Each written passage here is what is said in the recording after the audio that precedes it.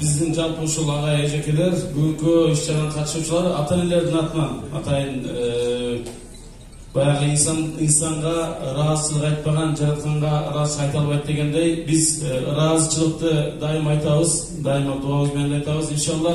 Бирок анын жанында ошол ыраазычылыгыбыз дагы ата-энелер атайын ушундай кеңешип, биздин кээ мугалимдерибизге, агайлар, эжелерибизге ошол арзыбаган кичинекей ата-энелердин атынан белегибизди тапшырып койгузуп кетиңиздер.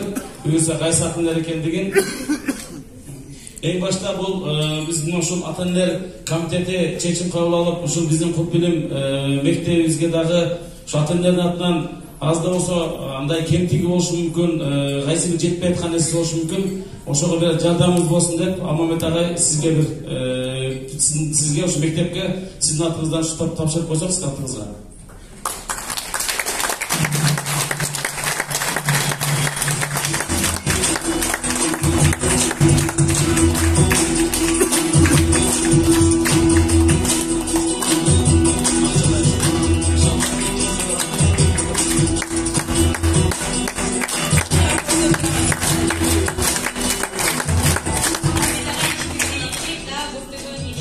Канат агайга биздин балдарыбыздын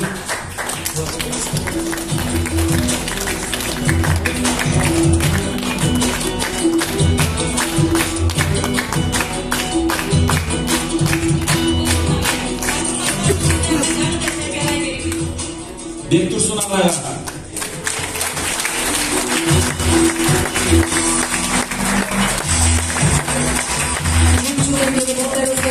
тарбия берген агайларыбызга, эжелерибизге таасим Бектурсун агай, рахмат сизге. Мына тиккен чынарга чырпыртарыңыз буюрса чынар болсун. Рахмат сиздерге.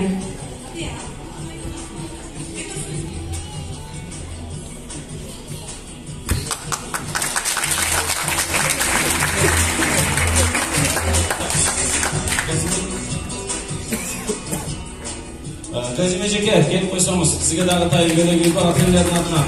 Кубаныч жетекчибиз бизден.